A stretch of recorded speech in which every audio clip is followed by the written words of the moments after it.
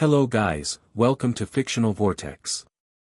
So in this video, we will see what if Naruto was the primordial dragon king who restored the Valyrian Empire. Naruto x Daenerys Targaryen x Rhaenyra Targaryen, Game of Thrones. If you enjoy these kinds of stories, don't forget to show us some love by hitting the like button and subscribing to the channel. Your support means the world to us. Now, let's start the story. Chapter 1, The Dragon Awakens. Naruto's eyes snapped open. His head pounded like Tsunade had used it for punching practice. The last thing he remembered was the final blow against Kaguya, the portal collapsing, and then, nothing. He sat up, coughing as ash and dust filled his lungs. This definitely wasn't the battlefield he'd left behind. The air felt different, heavier, charged with something that made his skin tingle. What the hell? Naruto muttered, climbing to his feet. He stood on a black stone street, surrounded by towers that seemed to touch the clouds. The architecture was unlike anything he'd seen before, twisted spires of dark stone veined with what looked like glowing red lines. The sky above had an unnatural reddish tint, and in the distance, a mountain belched smoke. Kurama. Naruto called inwardly, seeking the familiar presence of the Ninetales. Instead of the fox's grumbling voice, he felt something else stir within him, something ancient, powerful, and decidedly not Kurama. The sensation was similar yet fundamentally different, like finding a stranger sitting in your best friend's chair. Great, just great, he said to no one in particular. New world, no Kurama, and I'm talking to myself. A scream pierced the air, jolting Naruto from his thoughts. His body moved before his mind caught up. Old habits die hard. He leapt to the nearest rooftop, his chakra responding to his call even in this strange place. Below, in what appeared to be a market square, a crowd had gathered. At the center, a young woman with silver hair was on her knees, surrounded by men in elaborate robes with swords drawn. Behind them, chained to a massive stone platform, was something that made Naruto's breath catch. A dragon. An actual, living dragon. The creature was massive, with scales like polished obsidian and eyes that burned like molten gold. It thrashed against its constraints, each movement causing the chains to groan. The woman was screaming at the men, reaching toward the dragon. You can't do this. She's mine by right. The bonding was successful. One of the men, clearly the leader with his gold-trimmed purple robes, sneered. The 14 Flames chose wrong. No woman has ever bonded with a dragon of this lineage. The error will be corrected. Naruto didn't understand the context, but he recognized injustice when he saw it. The strange energy inside him surged in response to the dragon's distress, nearly overwhelming him with its intensity. He formed a familiar hand sign. Shadow Clone Jutsu. 20 copies of himself appeared and dropped into the square, causing immediate chaos. The crowd scattered, screaming about demons and sorcery. The guards turned from the woman, raising their swords toward this new threat. What manner of magic is this? The leader demanded, his face contorting with rage and fear. Naruto landed between the woman and her captors. Don't know what's going on here, but 20 against 1 seems pretty unfair to me. The woman stared at him with wide violet eyes. Who are you? Name's Naruto Uzumaki. Let me handle this, then we can figure out introductions. The first guard rushed him, blade flashing in the strange light. Naruto sidestepped easily. These guys might look fancy, but they moved like academy students compared to the shinobi he'd fought. He disarmed the first 3 without breaking a sweat, his clones keeping the others busy.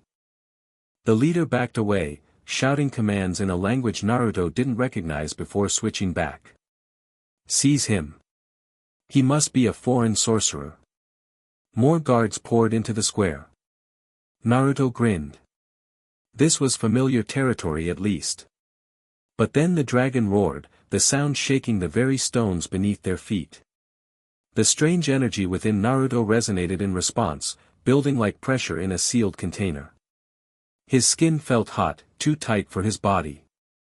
What the? He gasped as markings began to appear on his arms, not the familiar patterns of Ninetales chakra, but sinuous lines that glowed like molten metal. The chained dragon fixed its gaze on him. Their eyes met, and Naruto felt something click into place inside his mind. "Free me, brother." The voice wasn't audible, it resonated directly in his consciousness. Without thinking, Naruto reached toward the dragon, and the glowing markings on his arms flared brighter. "Stop him," the leader shouted, but too late. The chains binding the dragon glowed red-hot, then shattered like glass. The beast rose to its full height, wings extending to block out the sky. The guards froze in terror. The woman's face transformed from despair to wonder. "Impossible." The dragon lowered its massive head to Naruto's level. Up close, its scales weren't purely black but iridescent, shifting with colors that shouldn't exist. "You are not of this world, but you are of our blood. The first blood. How is this possible?" "I have no idea what you're talking about," Naruto replied honestly, surprising himself by speaking to the dragon as naturally as he would to any summoning. The leader had recovered his composure enough to point at Naruto. "Dragon stealer. Guards, kill this abomination." The silver-haired woman rushed to Naruto's side. "We need to leave. Now. They'll bring more dragon riders."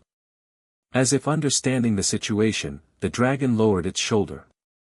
The woman climbed on with practiced ease, then extended her hand to Naruto. "Are you coming? Or would you prefer execution?" Naruto dismissed his remaining clones and took her hand. "When you put it that way." He settled behind her on the dragon's back, the scales warm beneath him. The guards were regrouping, and in the distance, he could see more figures rushing toward them. "Hold tight," the woman warned as the dragon tensed beneath them. The takeoff knocked the breath from Naruto's lungs. The dragon launched skyward with explosive force, wings beating the air like thunderclaps. The market square shrank beneath them, the city expanding into view. And what a city it was! Sprawling across a peninsula, countless towers and domes glittered in the reddish light. Bridges spanned massive gaps between districts, and in several places, more dragons could be seen roosting on specially built platforms. "Where are we?" Naruto shouted over the wind. The woman glanced back at him with a mix of suspicion and curiosity. "Valyria, of course. The heart of the greatest empire the world has ever known." She studied his confused expression. "You truly don't know?" "Lady, I don't even know what world this is." She laughed, clearly thinking he was joking. "I'm Rhaenyra, by the way. And this is Moonfire." She patted the dragon's neck. "Who apparently likes you, which is the only reason you're not falling to your death right now." Moonfire banked sharply, heading toward a cluster of smaller islands off the main peninsula. Below, Naruto could see other dragons taking flight from the city, pursuers. "We've got company," he warned. Rhaenyra cursed. "My brothers. They never could accept that I passed the trials."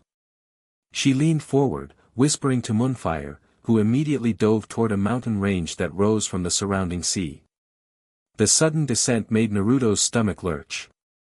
The dragon wove between peaks with impossible agility, eventually ducking into a massive cave opening barely visible until they were upon it. Inside, Moonfire landed on a stone ledge overlooking an underground lake. The cavern was vast, illuminated by strange glowing crystals embedded in the walls. "We should be safe here for now," Rhaenyra said, sliding from the dragon's back.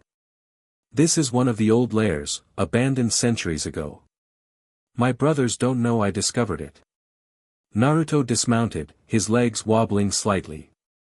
The dragon watched him with intelligent eyes, then moved deeper into the cavern, curling up near a pool of what appeared to be lava.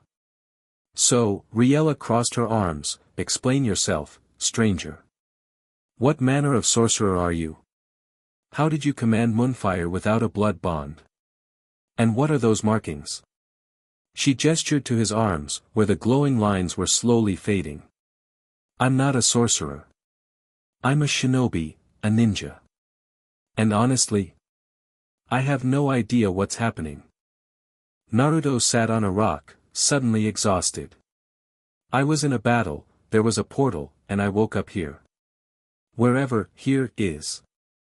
You expect me to believe you're from another world? Her tone was skeptical, but her eyes kept drifting to his fading markings. Believe what you want. But Kurama's gone, and there's something else inside me now. Something that connected with your dragon. He looked toward Moonfire. It called me, brother. Rhaenyra's expression changed. Moonfire spoke to you? Directly? Yeah. That's not normal, I'm guessing. No. Dragon riders form bonds with their mounts, but direct communication. That's. She trailed off, staring at him with new interest. There are legends, of course. About the first Dragon Lord. They say he didn't tame dragons, he was one of them in human form. Naruto laughed. Well, I'm definitely human. Just, not from around here. Rhaenyra paced the cavern floor. The markings, though. They resemble the patterns in dragon bone, and they appeared when Moonfire called to you. She stopped suddenly. Show me your arm again. Naruto extended his arm, the markings now just faint lines against his skin. Rhaenyra pushed up her sleeve, revealing similar patterns etched into her skin, permanent tattoos rather than the glowing marks Naruto had manifested. These are blood runes. All dragon lords receive them when they bond with their first dragon. But yours appeared spontaneously, and they glowed like living flame. She stepped closer, lowering her voice. The 14 flames have been restless lately. The seers speak of change coming, of ancient forces stirring. Her eyes searched his. Perhaps your arrival is no accident. Before Naruto could respond, Moonfire raised her head, attention fixed on the cave entrance. A moment later, the sound of wing beats echoed through the cavern. They found us, Rhaenyra whispered, reaching for a sword Naruto hadn't noticed she carried. 3 dragons landed at the cave mouth, their riders dismounting with practiced grace. Unlike the guards from earlier, these men wore armor that seemed to shimmer with heat. Sister, called the foremost rider, a tall man with the same silver hair as Rhaenyra. You've disgraced our house for the last time. I passed the trials fairly, Viraxis. The dragon chose me. A momentary aberration, another rider spat. No woman has ever bonded with a dragon of the imperial line. Until now, Rhaenyra countered. The old ways are changing, brothers. The 14 flames themselves have sent a sign. She gestured toward Naruto. This stranger bears the marks of the first blood. Moonfire recognized him. The 3 men turned their attention to Naruto, who straightened up, mentally calculating his odds. 3 dragons plus 3 armed riders versus himself and Rhaenyra with Moonfire. Not great, but he'd faced worse. A foreigner with painted arms. This is your sign. Viraxis laughed. Your desperation shows, sister. I'm not desperate, Rhaenyra said calmly. I'm right. And I can prove it. She turned to Naruto. Call to their dragons. What? Naruto blinked. I don't know how. Do what you did with Moonfire. Reach out to them. The riders scoffed, but there was uncertainty in their eyes now. Naruto closed his eyes, focusing on the strange energy inside him. It felt wild yet familiar, like chakra but more elemental. He pictured the dragons, imagined connecting to them as he had with Moonfire. Brothers, sisters. I mean no harm. The effect was immediate. All 3 dragons shifted, turning their heads toward Naruto. One of them, a reddish beast with bronze highlights, actually took a step forward, breaking formation. Caraxes, hold, its rider commanded, but the dragon ignored him, moving closer to Naruto. The markings on Naruto's arms flared to life again, brighter than before. The dragons let out simultaneous rumbling sounds, not quite roars, more like purrs of recognition. The riders looked at each other in alarm. Viraxis drew his sword. What sorcery is this? You've bewitched them somehow. No sorcery, Naruto said, opening his eyes. Just a connection I don't understand yet. The smallest dragon, a green-scaled creature with intelligent eyes, nudged its rider forward as if encouraging him to approach Naruto. Valyrian, stop this, the young rider hissed, pulling back on the harness. Rhaenyra smiled triumphantly. You see. Even your dragons recognize him. He bears the blood of the first. Viraxis wasn't convinced. A trick. Some Eastern magic. Test me, Naruto challenged, stepping forward. The strange energy pulsed through him, giving him confidence. Whatever trials you have for dragon riders, I'll take them. The brothers exchanged glances. The youngest spoke up. The Tower of 14. If he is what you claim, sister, he will survive the flames. Viraxis nodded slowly. Agreed. The 14 flames will burn away any deception. If you survive, stranger, we will acknowledge your unusual position. And leave us in peace. Rhaenyra demanded. You have my word as a Valyrian. Naruto looked to Rhaenyra, who nodded slightly. It's dangerous, but if you truly have the blood of the first, it's the only way they'll believe. Fine, Naruto agreed. Where's this tower? The Tower of 14 stood at the heart of Valyria, a twisted spire that seemed to be made of black glass rather than stone. Inside, its hollow core extended upward farther than the eye could see, with 14 channels carved into its walls, each glowing with flowing magma. A crowd had gathered outside, word of the stranger who commanded dragons had spread quickly. Nobles in elaborate clothing whispered among themselves as Naruto was led toward the tower entrance. An elderly man in red robes stepped forward, his face a map of wrinkles and burned scars. I am Archon Vagon, High Priest of the 14 Flames. Who comes to be tested? Viraxis pushed Naruto forward. This foreigner claims the blood of the first. He will face the judgment of the flames. The old priest's eyes widened as he noticed the fading markings on Naruto's arms. He grabbed Naruto's wrist with surprising strength, examining the patterns. Interesting, he murmured.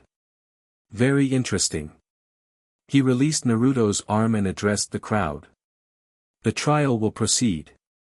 If he survives, his claim will be acknowledged according to ancient law. Rhaenyra approached Naruto as the priest moved away to prepare. The trial is simple but deadly. You must climb the tower and face each of the 14 flames. Most initiates only face one or two before receiving their dragon bond. No one has faced all 14 in living memory. And if I face them all? Naruto asked. Then you truly are what I suspect, the reincarnation of the first Dragon Lord. She lowered her voice. The legends say he wasn't just the first to bond with dragons, he was their creator, the one who gave them fire and flight. Naruto nodded, though the implications made his head spin. He'd been many things in his life, orphan, pariah, hero, sage, even briefly Hokage before the war consumed everything, but never a dragon god. The high priest returned, carrying a ceremonial dagger. Your blood must open the way. Naruto extended his palm without hesitation. The priest made a swift cut, collecting the blood in a small obsidian bowl. He then proceeded to the tower entrance, pouring the blood into a channel carved in the threshold. The effect was immediate. The entire tower pulsed with light, the 14 magma channels flaring brighter. The entrance, previously sealed, split open like a wound. Enter, the priest intoned, and faced the judgment of the flames. Naruto stepped inside, and the entrance sealed behind him. The tower's interior was surprisingly empty, just a spiraling staircase winding upward around the central shaft, with 14 platforms jutting out at different levels. 14 tests, huh? Let's do this. He began to climb. The air grew hotter with each step, the walls around him seeming to breathe like a living thing. When he reached the first platform, a voice spoke, not audible, but directly in his mind, similar to moonfire but older, wilder. Who seeks the flame? Naruto Uzumaki. What name is this? Not Valyrian. Not of this world. I'm from a place called Konoha. I don't know how I got here. Truth. The first flame accepts truth. The platform beneath him erupted in fire. But instead of burning him, the flames wrapped around his body like a living cloak, sinking into his skin. The markings on his arms brightened and expanded slightly. Continue, Truth Speaker. Naruto climbed to the second platform, where the voice confronted him again. Why do you seek the flame? He thought about it. I didn't come looking for it. But I need to understand what's happening to me, why I'm connected to the dragons. Truth again. The second flame accepts purpose. Again, fire engulfed him, strengthening the markings that now covered both arms entirely. The pattern continued as he ascended. Each platform presented a different challenge: courage, sacrifice, vision, loyalty, wisdom, and more. At each level, fire entered him, changing him in subtle ways. His senses sharpened. The strange energy inside him grew more familiar, more controllable. By the 10th platform, Naruto was sweating profusely, his clothes singed.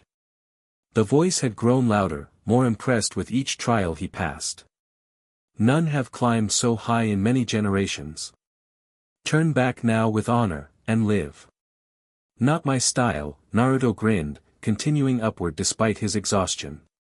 The 11th flame tested his endurance, burning hotter than the others combined. The 12th challenged his fears, showing him visions of Konoha burning, his friends dying.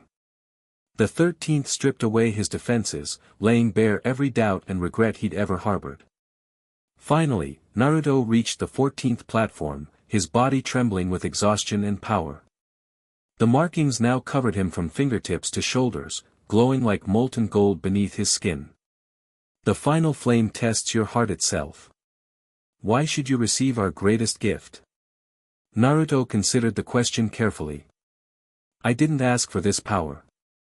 But if I have it, I'll use it the same way I've used every power I've gained, to protect those who need protection. To build bridges instead of burning them. To find a better way forward. Silence followed his answer. For a moment, Naruto thought he'd failed. Then the entire tower erupted in light. The 14th flame rose around him, not as fire but as a draconic shape formed of pure energy. It encircled him, entered him through his eyes, his mouth, his very pores. Knowledge flooded his consciousness, centuries of dragon history, the founding of Valyria, the secrets of dragon bonding.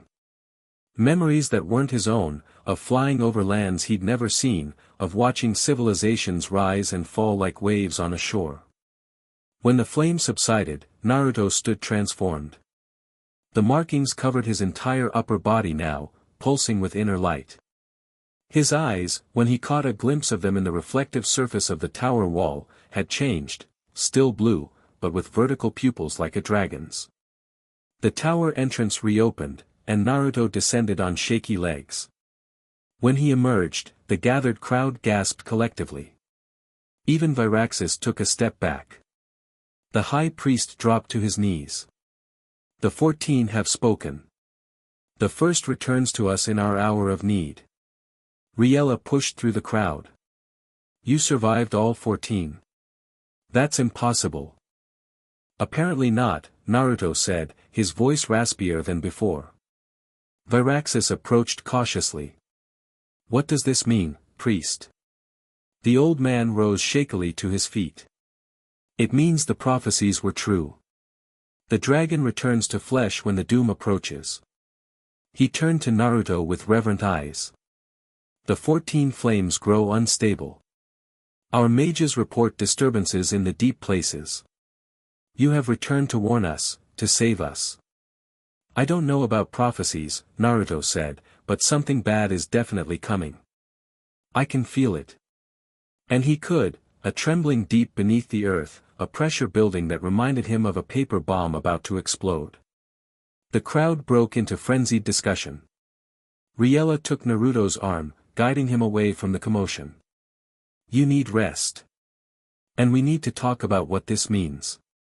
In the days that followed, Naruto's status in Valyria transformed from suspicious outsider to revered figure. The Dragon Lords, initially skeptical, couldn't deny the evidence of their eyes, or the behavior of their dragons, who treated Naruto with a deference they showed to no one else.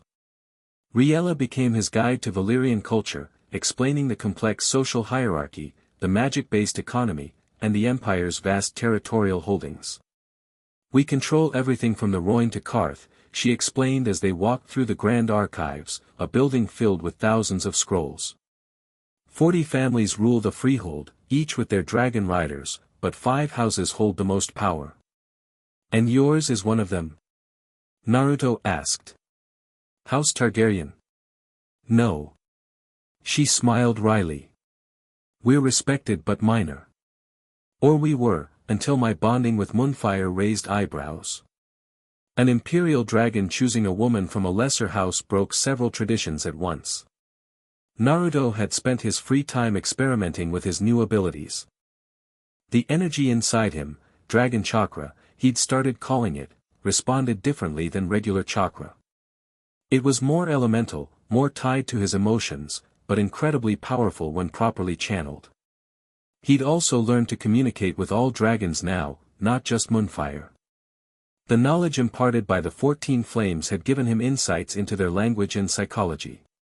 They recognized him as kin, as the first return to flesh. But despite his growing influence, Naruto's warnings about impending disaster were largely ignored. The Dragon Lords were too confident in their magic, their dragons, their power. "They won't listen," he told Rhaenyra one evening as they stood on a balcony overlooking the city. "I can feel it getting worse every day. The pressure building underground." "The priests say the same," she agreed. "But 14 centuries of dominance makes for complacent rulers." She studied his troubled expression. "What will you do?" "Try to save as many as I can when it happens. That's all I can do." His opportunity came sooner than expected. 3 days later, the first earthquakes began. Minor at first, just enough to rattle windows and spill wine cups. But Naruto felt the difference. The 14 Flames were awakening. He found the high priest in the temple, praying before an altar of obsidian. "It's starting, isn't it?" Naruto asked without preamble. The old man nodded gravely. "The signs are unmistakable. The doom comes, as was foretold. Even now, our greatest mages work to contain the forces beneath, but..." He shook his head. "Their arrogance blinds them. They think to control what cannot be controlled. How long do we have? Days? Perhaps hours." Naruto made his decision. "Gather everyone who will listen. We need to evacuate as many as possible. Focus on the young, and anyone with dragon eggs or knowledge that shouldn't be lost." The priest bowed. "As you command, First One." Word spread quickly among those who believed the warnings. Rhaenyra marshaled her brothers and allies, while Naruto worked with the dragons directly, preparing them for mass evacuation. Vairaxis, surprisingly, became one of their strongest supporters after witnessing Naruto communicate with his dragon in ways he never could. "I was wrong about you," he admitted. "If you say doom is coming, I believe it." But they were too few. Most Valyrians, especially those from powerful houses, dismissed the warnings as superstition or a power grab. The Archons, Valyria's ruling council, actually issued an edict forbidding mass departure, fearing economic disruption. Then the real tremors began. Buildings swayed. Cracks appeared in the streets. The dragons grew increasingly agitated, difficult for even their riders to control. Naruto found Rhaenyra organizing evacuees near the western harbor. "It's happening now," he told her urgently. "We're out of time." She nodded, fear and determination mingling in her eyes. "The ships are loaded. Your followers are gathering at the assembly point with whatever they could carry.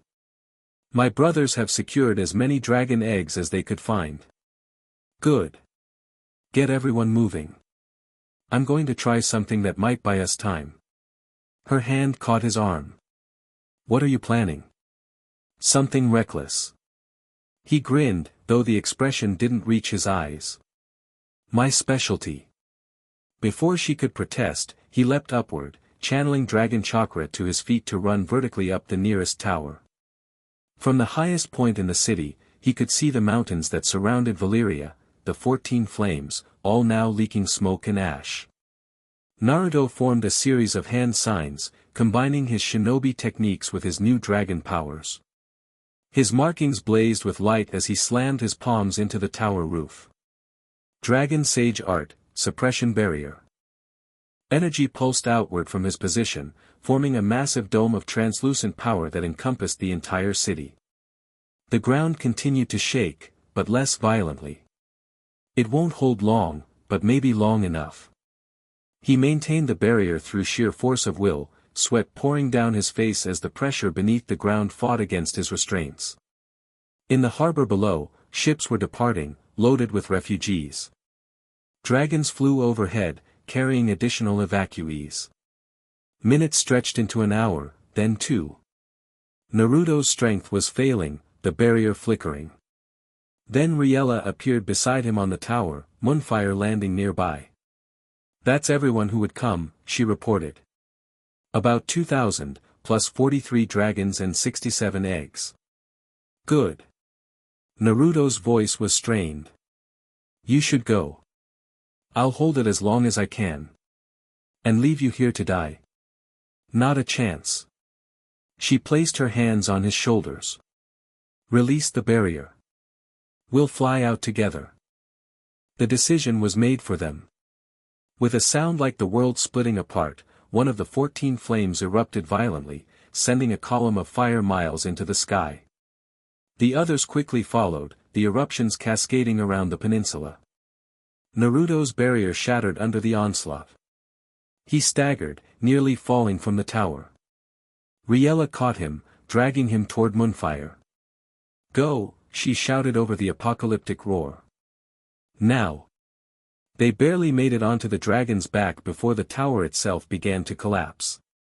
Moonfire launched into the ash-filled sky, wings beating desperately as fire and destruction consumed the city below. The air was thick with ash and toxic fumes. Other dragons flew nearby, their riders shouting in panic. The peninsula itself was breaking apart, massive chunks falling into the suddenly boiling sea. Head east. Naruto yelled, pointing toward the distant coastline. Toward Essos. Moonfire banked accordingly, flying through a storm of ash and debris. All around them, Valyria was dying. The world's greatest civilization, reduced to ruins in minutes. The dragons flew for hours through darkened skies, many becoming separated in the chaos. When they finally emerged from the ash cloud, only 12 dragons remained in their group. The others had either flown in different directions or been lost to the cataclysm. They landed on a coastal headland, exhausted dragons and traumatized riders collapsing on the rocky ground. Naruto surveyed their ragged band, all that remained of mighty Valyria in their immediate vicinity. What now? Viraxis asked, his usual arrogance replaced by shell-shocked grief. Naruto looked to the horizon, where the cloud of destruction continued to spread. We survive. We rebuild. We learn from the past and do better. Rhaenyra joined him, her silver hair now gray with ash. The doom was prophesied, but so was your return. There must be more to the prophecy. There is, the high priest said, approaching slowly, leaning heavily on a makeshift staff. The first would return, the doom would follow, and then. He hesitated. And then what?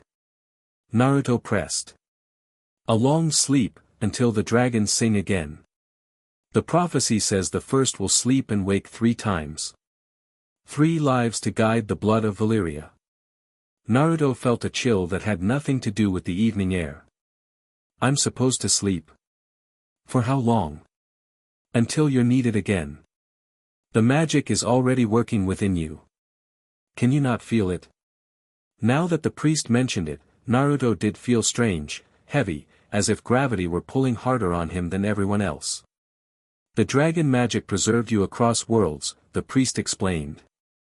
It will preserve you across time as well. Rhaenyra grabbed Naruto's hand. There must be another way.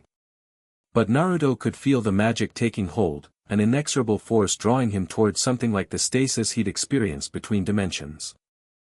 I don't think there is. He turned to the survivors, raising his voice. Listen to me. Whatever happens next, you need to stay together. Protect the dragon eggs. Preserve the knowledge we saved. Build something better than what we lost. Naruto could barely keep his eyes open now, the magical sleep overtaking him. Rhaenyra's face blurred before him, her voice seeming to come from very far away. We'll remember. We'll be waiting when you wake. The world faded to darkness. Consciousness returned in fragments. Snippets of conversation. Fleeting sensations of movement. Brief moments of clarity followed by long stretches of nothing. Naruto drifted through time, occasionally surfacing enough to gather impressions of the world around him. He saw great stone castles rising on a new continent. Dragons soaring over unfamiliar landscapes. Silver-haired rulers wearing twisted metal crowns. The Targaryens, he realized during one of his more lucid moments. Rhaenyra's family had survived and prospered, establishing a dynasty on a continent called Westeros. Her descendants still rode dragons, still carried the blood of Valyria.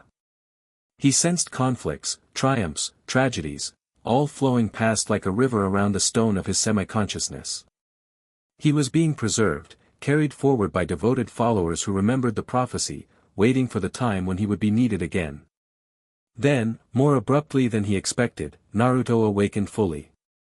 His eyes opened to a stone chamber lit by torchlight. He was lying on an altar of sorts, surrounded by candles and dragon imagery. A young man in black and red clothing jumped to his feet when Naruto stirred. Gods be good. It's happening. He rushed from the chamber, shouting for others. Naruto sat up slowly, his body stiff but functional. The markings on his skin pulsed with renewed energy. Reaching inward, he found the dragon chakra responding readily to his call, apparently undiminished by his long sleep. How long was I out? The young man returned with several others, including an older woman whose bearing marked her as someone important. The Dragon King awakens, she said, approaching cautiously. Just as the scrolls foretold, in our darkest hour. How long? Naruto asked, his voice rusty from disuse. Since the doom. Nearly 4 centuries. Naruto let that sink in. 400 years of history had passed him by. Everyone he'd known in Valyria was long dead, except perhaps the dragons, who could live for centuries. Why now? What's happened? The woman's expression darkened. Civil war, Your Grace. The dance of the dragons, they're calling it. House Targaryen has turned against itself, dragon fighting dragon in the skies over Westeros. That explained why he'd awakened. The dragon magic had responded to the conflict between its children, pulling him back to consciousness to intervene. Tell me everything. As they helped him dress and regain his strength, they explained the situation. King Viserys had died, and 2 factions now fought for his throne. His daughter Rhaenyra, named as his heir, against his son Aegon from a second marriage. Both had dragons, both had armies, and both claimed the Iron Throne. The princess holds Dragonstone, his young attendant explained. But the small council crowned Prince Aegon at the Red Keep. Half the realm supports each claim. And the dragons? 17 still living, the older woman said. The greatest concentration of dragon power since old Valyria. And now they kill each other in our skies. Naruto absorbed this information, recognizing echoes of the conflicts that had destroyed his own world, and ultimately Valyria as well. Power turned against itself was always the deadliest weapon. Take me to Rhaenyra, he decided. If she was named heir, she has the rightful claim. They conducted him from the chamber, which he now saw was deep beneath a castle built on a smoking island. Dragonstone, they called it, last outpost of Valyria in this new world. As they emerged into open air, Naruto saw dragons circling overhead, smaller than those of old Valyria, but unmistakably the same creatures.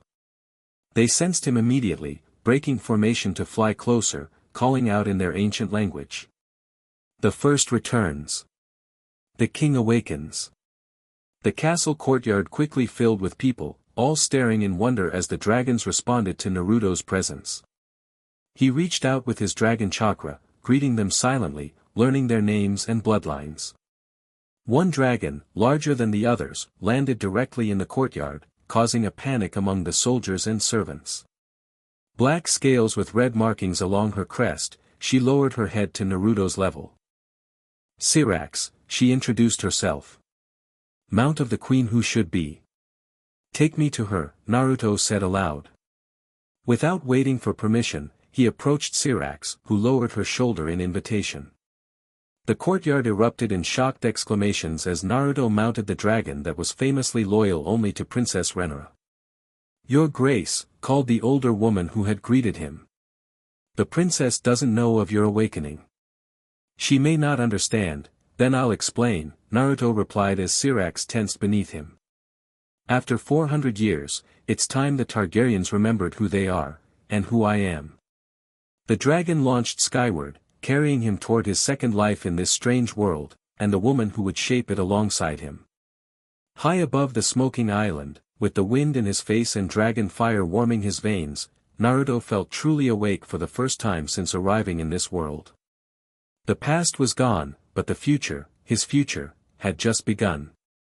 Ahead lay war, dragonfire, and a silver-haired princess with her father's throne to claim. And if the prophecy was true, this was only his second awakening of 3. Somehow, he wasn't surprised. Trouble had always found Naruto Uzumaki, no matter what world he called home. Chapter 2, Fire and Blood. Syrax cut through the sky like a black and red arrow, wings spread wide as she carried Naruto toward the heart of a war that had split a dynasty in two. Below, the waters of Blackwater Bay glittered in the afternoon sun. Ahead, a massive castle rose from a clifftop, Dragonstone, ancestral seat of House Targaryen. Naruto had absorbed as much information as possible during his brief time awake. The Targaryens, descendants of the Valyrians he'd known, had conquered most of this continent called Westeros using their dragons. For nearly 3 centuries they'd ruled as kings and queens, until King Viserys died and everything went to hell. Now dragon fought dragon in the skies of Westeros for the first time since the conquest. Brother against sister. Cousin against cousin. All for a throne made of melted swords. As they approached the castle, guards on the battlements pointed up in alarm. Syrax was recognized, but her rider was definitely not Princess Rhaenyra. Might get a chilly welcome, Naruto muttered to the dragon, who rumbled in what felt like agreement. The queen who should be has a temper to match her fire, Syrax communicated. But she will listen once she knows who you are. The dragon descended toward a large open courtyard where several other dragons were lounging. They stirred at Syrax's approach, raising their heads with interest as they sensed Naruto's presence. Soldiers rushed into the courtyard as Syrax landed, spears pointed at the stranger on their princess's dragon. Naruto raised his hands slowly, showing he was unarmed, though he knew he could disarm the entire group in seconds if necessary. I come in peace, he called out. I need to speak with Princess Rhaenyra. Who are you to ride the princess's dragon? Demanded a knight in black armor. Dismount immediately or die where you sit. Before Naruto could respond, the other dragons in the courtyard moved closer, circling around Syrax in a protective formation. The soldiers faltered, uncertain about this unprecedented behavior. What's happening here? A woman's voice cut through the confusion. Why is Syrax? The speaker stepped into view, flanked by guards and advisors. She was striking, beautiful in a fierce, imperial way, with the silver-gold hair and purple eyes that marked Valyrian ancestry. Her pregnant belly was visible beneath her black and red gown, but she carried herself with undiminished authority. Rhaenyra Targaryen. The queen who should be, according to Syrax. Her eyes widened when she saw Naruto. Who dares to mount my dragon? Explain yourself before I have you thrown from the cliffs. Naruto slid from Syrax's back, landing lightly on his feet. As he straightened, he allowed his dragon markings to glow softly beneath his skin. My name is Naruto Uzumaki. I've come because your dragons called me from my sleep. He met her suspicious gaze directly. I'm here to help you win your throne. Rhaenyra's hand went to the dagger at her waist. Another sorcerer or prophet? I've had my fill of both. She glanced at her dragon. Though Syrax has never allowed another rider. A man stepped to Rhaenyra's side, older than her, with similar Valyrian coloring but harder features and calculating eyes. This could be a trick from the Greens, my queen. A distraction while they prepare to attack Dragonstone. I assure you, I'm no trick, Naruto said. He turned to face all the dragons in the courtyard and spoke in the ancient language of Valyria, the words flowing from memories that weren't entirely his own. Children of fire, greet your first father.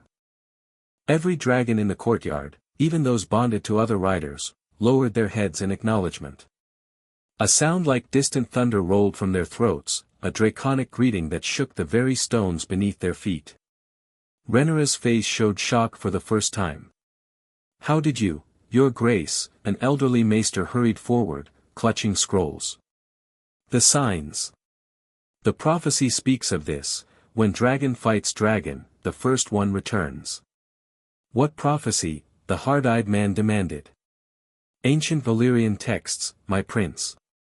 Preserved in our oldest records but dismissed as myth. Naruto stepped forward.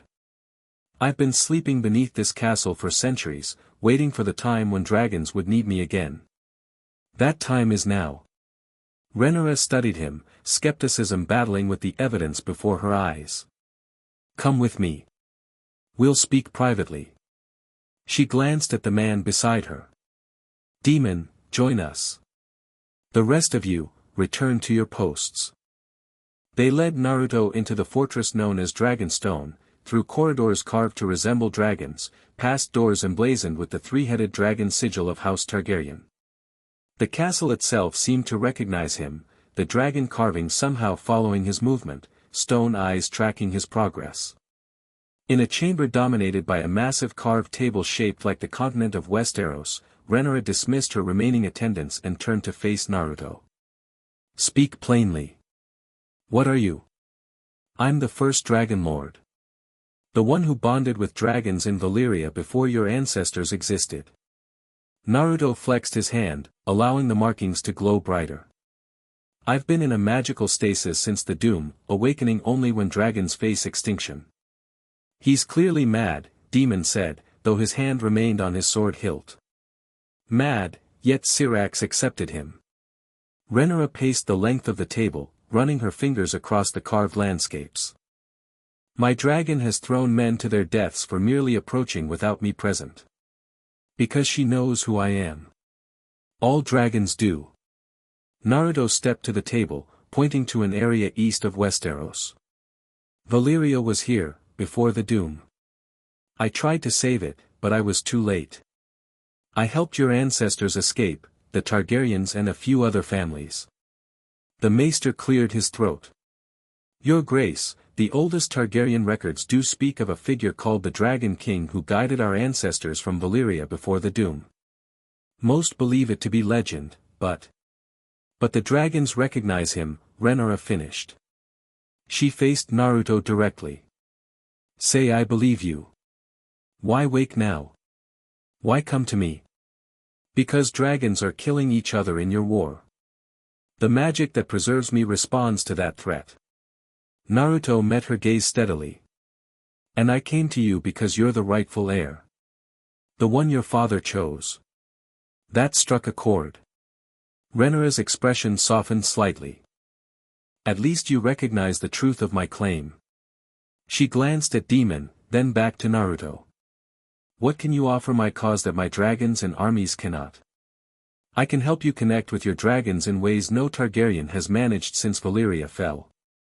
I can share knowledge that's been lost for centuries.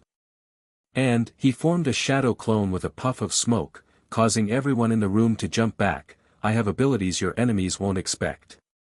The duplicate Naruto waved, then dispelled itself.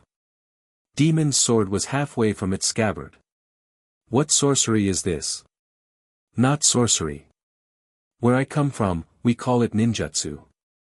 Combined with my connection to dragons, it makes me a pretty useful ally. Naruto crossed his arms.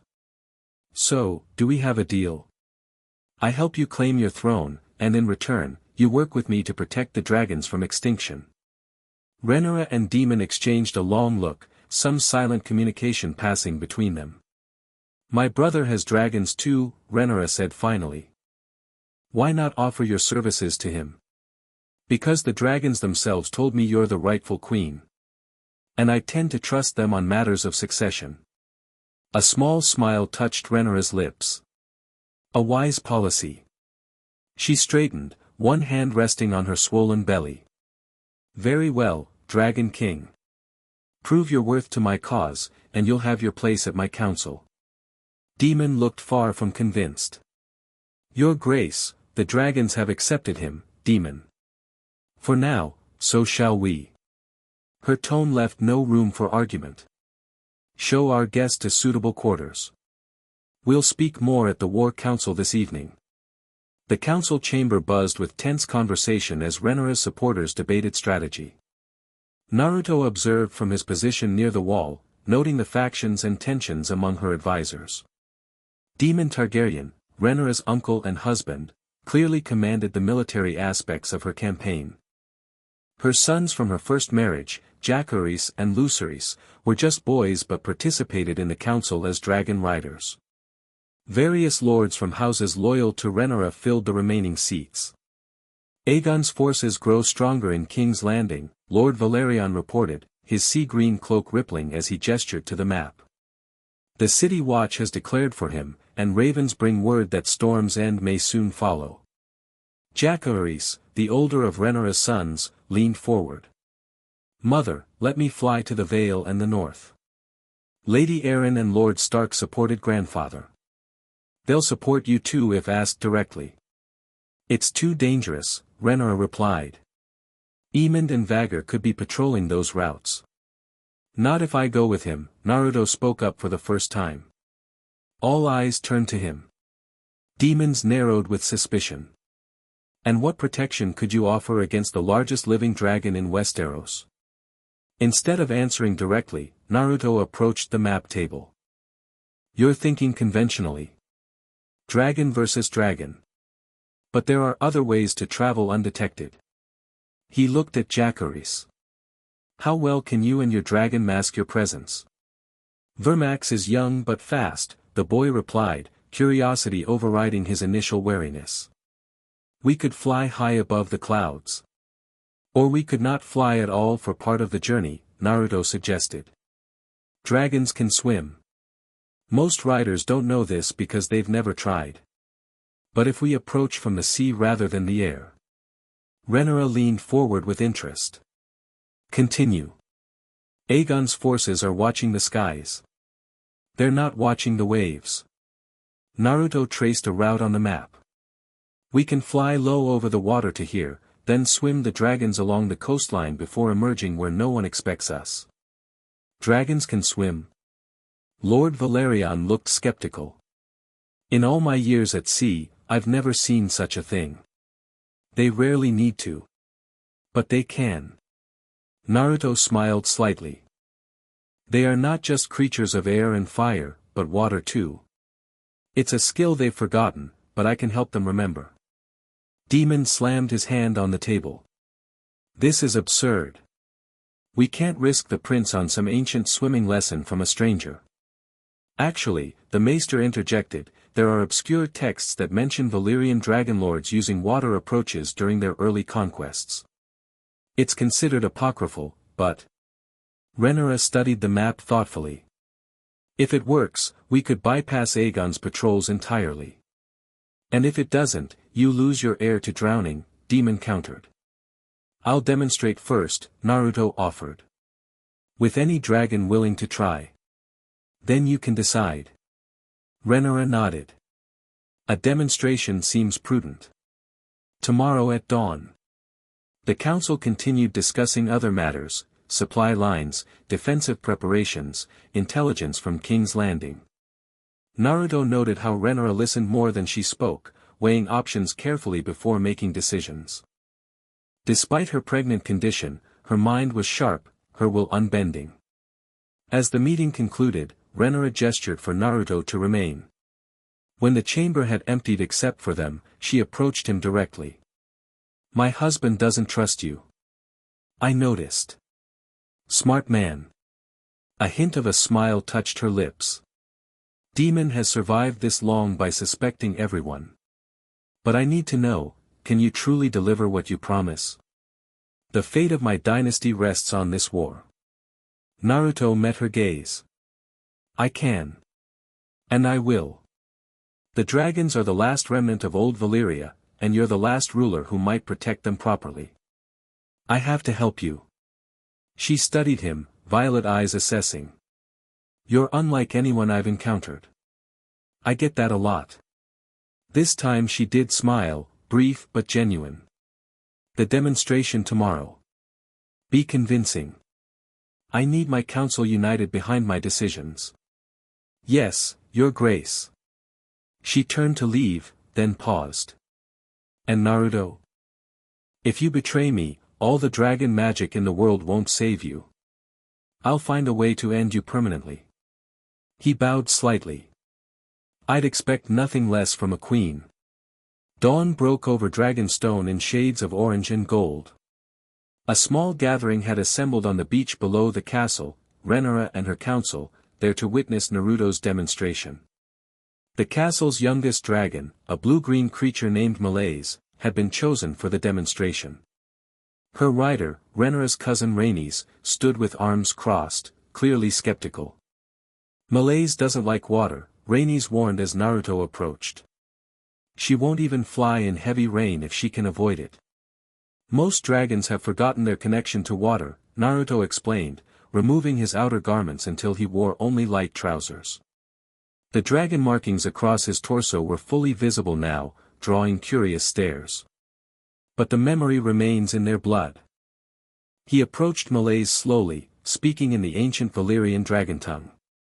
The dragon huffed smoke but lowered her head, allowing Naruto to place his palm against her snout.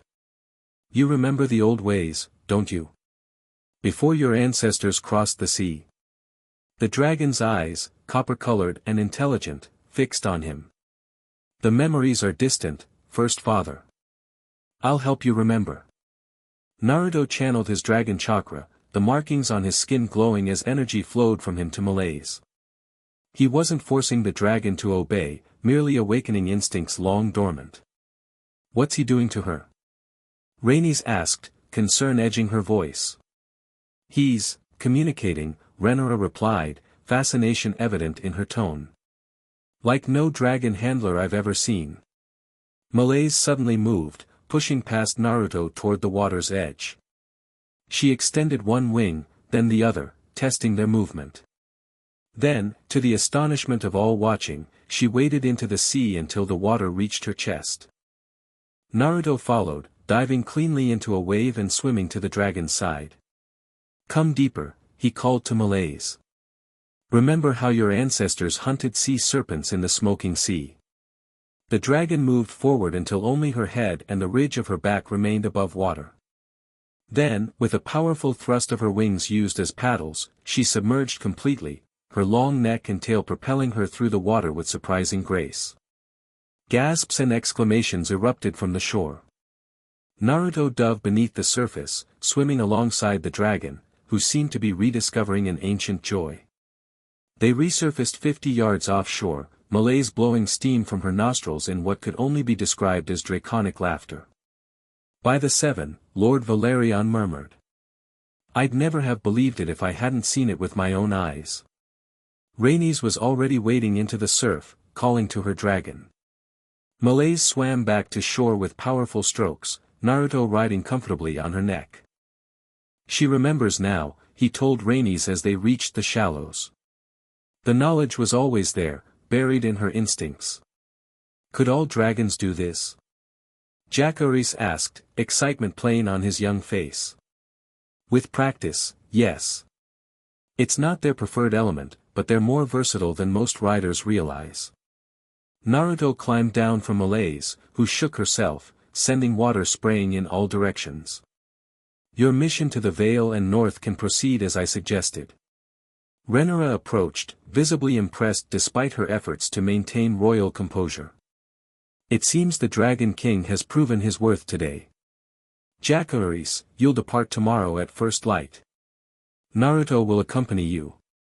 Demon, who had watched the entire demonstration in stony silence, finally spoke. A useful trick. But swimming dragons won't win this war. No, Naruto agreed, meeting the prince's challenging stare. But thinking differently than your enemy expects? That's how you start winning. The mission to secure northern allies proved more successful than anyone at Dragonstone had dared hope. Jacaerys and Naruto's approach, flying low over water, then swimming their dragons along hostile coastlines before emerging unexpectedly at their destinations, allowed them to bypass Aegon's patrols entirely. Lady Jane Eyre of the Vale pledged her knights to Rhaenyra's cause after Jacaerys delivered his mother's message. Lord Cregan Stark of Winterfell similarly promised the North support. By the time they returned to Dragonstone 3 weeks later, ravens had already spread the news of these powerful alliances. But they returned to changed circumstances. Lucerys, Rhaenyra's second son, had been killed while on a diplomatic mission to Storm's End. His dragon Eryx had been attacked by Vhagar, ridden by Prince Aemond One-Eye, Aegon's brother. The first dragon blood had been spilled. Rhaenyra's grief and rage were evident when she greeted their return, her eyes red-rimmed, her face carved with new lines of suffering. More shocking still was the cradle beside her throne, holding a newborn infant. My son, she told them flatly. Born as news of Lucerys' death arrived. I've named him Aegon, after the Conqueror. A reminder of what we fight for. While Jacaerys reunited with his mother, Naruto sought out the maester for details of what had transpired in their absence. It was meant to be a diplomatic mission, the old man explained sadly. Prince Lucerys flew to Storm's End to secure Lord Baratheon's support. Prince Aemond was there by chance or design. Words were exchanged, then Lucerys departed. Aemond pursued and the maester shook his head. There were witnesses on the coast. Vhagar tore Eryx from the sky during a storm. Neither dragon nor rider survived. And Rhaenyra? The queen. The maester hesitated. Her grief is terrible. Prince Daemon has been pushing for immediate retaliation. Blood for blood, he says. That evening, Naruto was summoned to Rhaenyra's private council chamber. He found her alone, standing before a window that overlooked the bay where dragons roost on rocky outcroppings. My son is dead, she said without turning. Murdered by my half-brother while on a peaceful mission. I heard. I'm sorry. She turned, her face hardened with grief transformed to purpose. Daemon has arranged for blood and cheese to exact revenge in King's Landing. A son for a son. The names meant nothing to Naruto, but the implication was clear. You're targeting one of Aegon's children. Blood is a butcher. Cheese knows the secret passages of the Red Keep. They will find Aemond or one of Aegon's sons. Her voice was devoid of emotion. This is what civil war has reduced me to. Sending cutthroats to murder children. Naruto approached slowly. There are always choices, even in war. What would you have me do? Rage cracked through her calm facade. Lucerys was a child. 14 years old, on a diplomatic mission under banner of peace. If I do nothing, I appear weak. If I retaliate in kind. Her voice faltered. I become the monster they already claim I am. Or you can find another way. A better way. What way?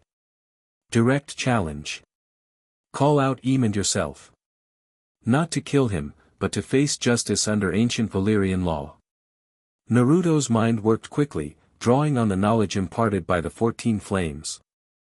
As the Dragon King, I can serve as arbiter. It places you on the moral high ground while still demonstrating strength. Rhaenyra's brow furrowed. You think Aemond would accept such a challenge? His pride would demand it. He rides Vagar, the largest dragon in Westeros. In his mind, that makes him untouchable. And when he arrives expecting a dragon duel? Naruto smiled grimly. He'll face something else entirely. The queen considered this, her fingers drumming on the windowsill. Demon has already sent blood and cheese. It may be too late to recall them. Try. Send your fastest ravens. And prepare the challenge to be delivered immediately afterward, regardless of what happens in King's Landing. He met her eyes directly. This is your chance to be better than your enemies expect. Something shifted in Rhaenyra's expression, a flicker of the woman she might have been before grief and war hardened her. I'll send the ravens. And prepare the challenge. 3 days later, word arrived from King's Landing. Blood and cheese had been captured before completing their mission. King Aegon had doubled his personal guard and moved his family to Maegor's Holdfast, the most secure part of the Red Keep. The failure was a blow to Demon's strategy but provided the perfect opening for Naruto's approach. The formal challenge was delivered to King's Landing by a neutral party, a representative of the Iron Bank who had business with both claimants. To everyone's surprise, Aemond accepted immediately. The terms were set: he would come to Dragonstone with Vagar for judgment under the ancient laws of Valyria, administered by the newly emerged Dragon King whose authority predated even the conquest.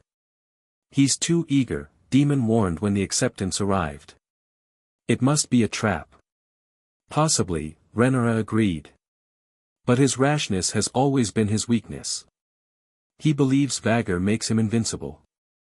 She turned to Naruto. What exactly do you plan to do when he arrives? First, establish my authority over all dragons. Then invoke the ancient right of Ixio-Perses, the Lord's judgment by fire. Naruto outlined his plan in detail, watching Rhaenyra's expression shift from skepticism to cautious hope. It's audacious, she admitted when he finished. But if it works, it places you firmly on the side of justice and tradition. Not vengeance. On the appointed day, sentries reported Vagar's approach from the mainland. The massive dragon, large enough to swallow horses whole, circled Dragonstone once before landing in the designated area, a flat expanse of volcanic rock some distance from the castle. Aemond One Eye was a striking figure as he dismounted. Taller than his brother King Aegon, he wore an eye patch covering the socket where Rhaenyra's son Lucerys had once taken his eye during a childhood fight. His remaining eye gleamed with malicious intelligence as he surveyed the reception committee. Rhaenyra had arranged an impressive display. She sat on a portable throne, her dragon Syrax lounging behind her. Demon stood at her side, dark and dangerous. Various lords and dragon riders formed a semicircle, while soldiers maintained a respectful perimeter. Naruto stood slightly apart, dressed in ceremonial Valyrian robes that had been found in Dragonstone's vaults, black and red, emblazoned with the ancient symbols of dragon magic that matched his skin markings. So this is the famous Dragon King, Aemond called, approaching with deliberate swagger. I expected someone more impressive. And I expected someone who understood dragon etiquette, Naruto replied calmly. Your mount has not paid proper respects to the other dragons present. Aemond laughed. Vagar bows to no one. She's the blood of old Valyria. As am I. Naruto stepped forward, his markings beginning to glow beneath his robes. He spoke in the ancient dragon tongue, his voice carrying across the gathering. All children of flame, acknowledge your first father. The effect was immediate and dramatic. Every dragon present, including Vagar, turned toward Naruto. The ancient beast, survivor of the conquest and countless battles, stretched her enormous neck forward, then lowered her head to the ground in a gesture of submission that left Aemond visibly shaken.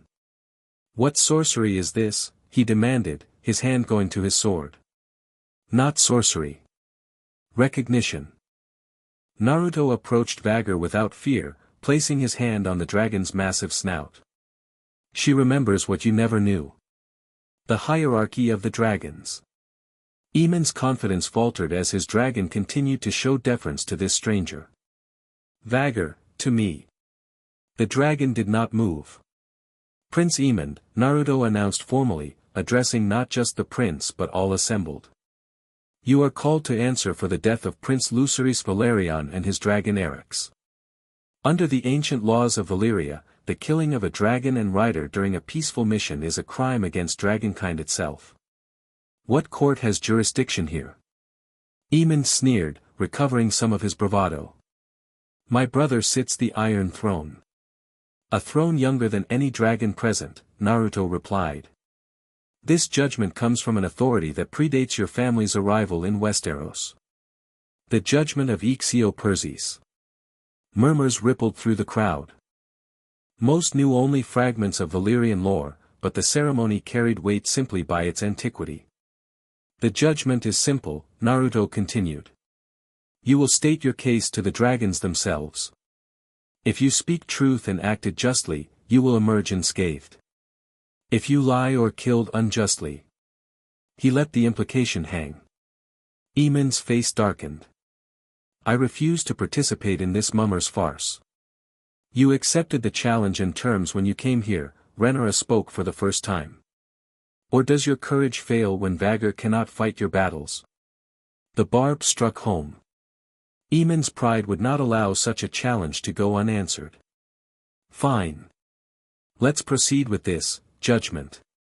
He smirked. Lucerys took my eye when we were children. I took his life. Blood for blood, the old Valyrian way. Not quite, Naruto said. You'll need to be more specific. Tell us exactly what happened at Storm's End. Under Naruto's guidance, a ritual space was prepared, a circle of dragonfire provided by Syrax, with Naruto and Aemon at its center. The other dragons arranged themselves around the perimeter, creating an ancient court of scaled witnesses. Speak your truth, Naruto instructed. But know that dragons sense deception better than any man. Aemon began his account confidently enough. He described encountering Lucerys at Storm's End, the exchange of insults, his decision to pursue as the younger prince fled. He struck first, Aemon claimed. Eryx breathed fire at Vagar over Shipbreaker Bay. I retaliated in self-defense. As he spoke these words, the dragonfire circle flared higher. Vagar let out a low rumble that seemed to vibrate the very rocks beneath them. The dragons know that's not the full truth, Naruto said quietly. Continue. Sweat beaded on Aemon's forehead. It was storming. Visibility was poor. Perhaps Eryx acted without Lucerys' command. Another flare of the flames. Another draconic rumble, louder this time. Last chance, Naruto warned. The complete truth. Aemon's composure cracked. Fine. The whelp was fleeing. I pursued because I wanted to frighten him, to remind him of his place. Eryx tried to defend his master with a pitiful burst of flame that didn't even singe Vagar's scales. And then. His voice faltered. I didn't intend to kill them. I only meant to frighten the boy. But Vagar, she went beyond my command. Tore them from the sky before I could stop her. The circle of flame burned steady now. Vagar made a sound almost like a whimper. The dragons accept this as truth, Naruto announced. Prince Aemon did not intend death, but he precipitated it through reckless endangerment of both dragons and riders. Aemon stood straighter. So I am absolved. No. The judgment continues. Under ancient law, your crime requires blood price. Naruto raised his voice so all could hear. Prince Aemon Targaryen, I sentence you to surrender your dragon bond. Shock rippled through the gathering. Aemon himself went pale. You can't, I can, and I will. Naruto's markings blazed brightly now, visible even through his robes. Vagar accepted my authority the moment we met. She understands the justice of this sentence. No. Aemon drew his sword. I'll die before I surrender Vagar. Naruto moved faster than anyone could follow. One moment he stood several paces from Aemon, the next he was behind the prince, the sword clattering to the ground. This isn't a negotiation. Naruto placed his glowing palm on Aemon's forehead. The bond is already broken. With a pulse of dragon chakra, Naruto severed the magical connection between rider and mount. Aemon screamed, falling to his knees. Vagar roared, the sound filled with confusion and grief, but she did not move to defend her former rider. Vagar has served House Targaryen loyally since Aegon's conquest, Naruto announced. She will continue to do so, with a rider worthy of her loyalty. He turned to Rhaenyra. Your Grace, the choice of Vagar's new rider falls to you, as rightful heir to the Iron Throne. Rhaenyra rose from her seat, her face solemn but her eyes bright with the implications of this moment. Aemon's greatest weapon, the largest dragon in Westeros, had just been handed to her cause. My son Jacaerys will approach Vagar, she declared. If she accepts him, the bond will be sanctified under the old laws. Jacaerys stepped forward, a boy of 15 facing a dragon older than his entire family line. Under Naruto's guidance, he approached Vagar with proper ceremony. The massive dragon studied him with ancient eyes, then slowly, deliberately, lowered her head in acceptance. The judgment is complete, Naruto declared. Prince Aemon will return to King's Landing to inform his brother of these proceedings. His life is spared as the dragons have determined his guilt was not premeditated. But he leaves as a dragonless prince, a living reminder of the consequences of misusing dragon power. Aemon was escorted away, his face a mask of hatred and humiliation.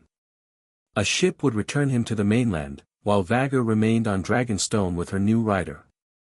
As the gathering dispersed, Rhaenyra approached Naruto, her expression a complex mix of emotions.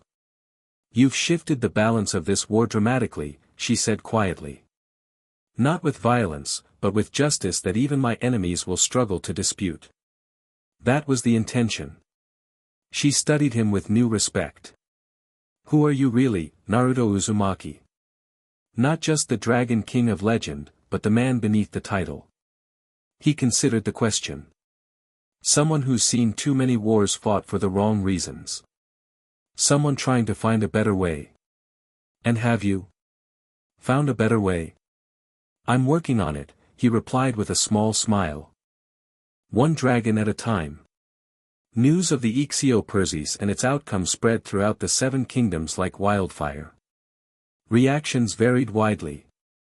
King Aegon raged and threatened, but his position was undeniably weakened by the loss of Vagar to Rhaenyra's cause. Lords who had been hesitating now began declaring for the queen, impressed by the ancient authority she seemed to command through her alliance with the Dragon King. Most significantly, the judgment changed how the small folk viewed the conflict.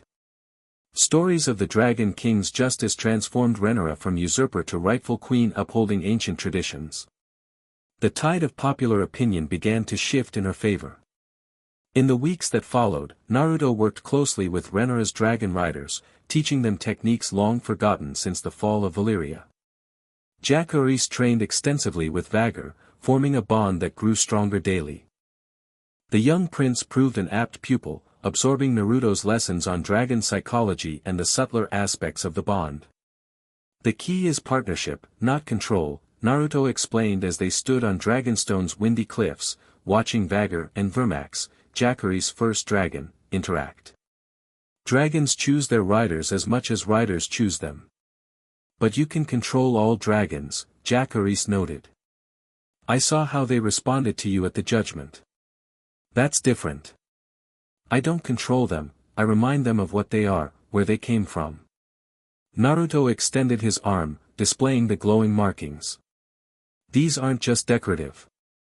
They're a physical manifestation of my connection to dragonkind. The prince nodded thoughtfully. Mother says we're to begin military operations soon. The North and Vale forces are assembling. With Vagar on our side. Victory becomes possible, Naruto finished. But war brings its own problems, even when you win. Their conversation was interrupted by the arrival of a messenger. Rhaenyra had called a council meeting. Important news had arrived from their spies in King's Landing. In the council chamber, Naruto found Rhaenyra poring over a letter, her expression intense. Daemon stood nearby, looking grimly satisfied. King's Landing riots against Aegon's rule, she announced as her advisors gathered. The Faith has spoken against him for his treatment of Aemon's judgment. They call it sacrilege to defy the ancient dragon laws. The Septons take whatever side seems most advantageous, Lord Valyrian noted dryly. But their support carries weight with the commoners. My spies report the City Watch's loyalty is wavering, Daemon added. The gold cloaks remember who treated them well when I commanded them. Now is the time to strike. Rhaenyra turned to Naruto. Your counsel. He studied the map of King's Landing spread across the table. A direct assault risks burning the city you want to rule. Instead, consider a two-pronged approach. He pointed to specific locations. A naval blockade to control food supplies, combined with targeted dragon flights, not attacking, just demonstrating presence. Meanwhile, your agents inside the city can spread word that you've shown mercy where Aegon would have shown fire. Siege without slaughter. Daemon looked skeptical. For now. Give the city time to turn against Aegon completely. Naruto traced the city walls with his finger. When the moment is right, we can insert a small force through specific access points. I can lead it personally with my shadow clones. Take the Red Keep from within while minimizing civilian casualties. Rhaenyra considered the plan. How long would this take? A few weeks, perhaps a month. Longer than a direct assault, but with far less bloodshed.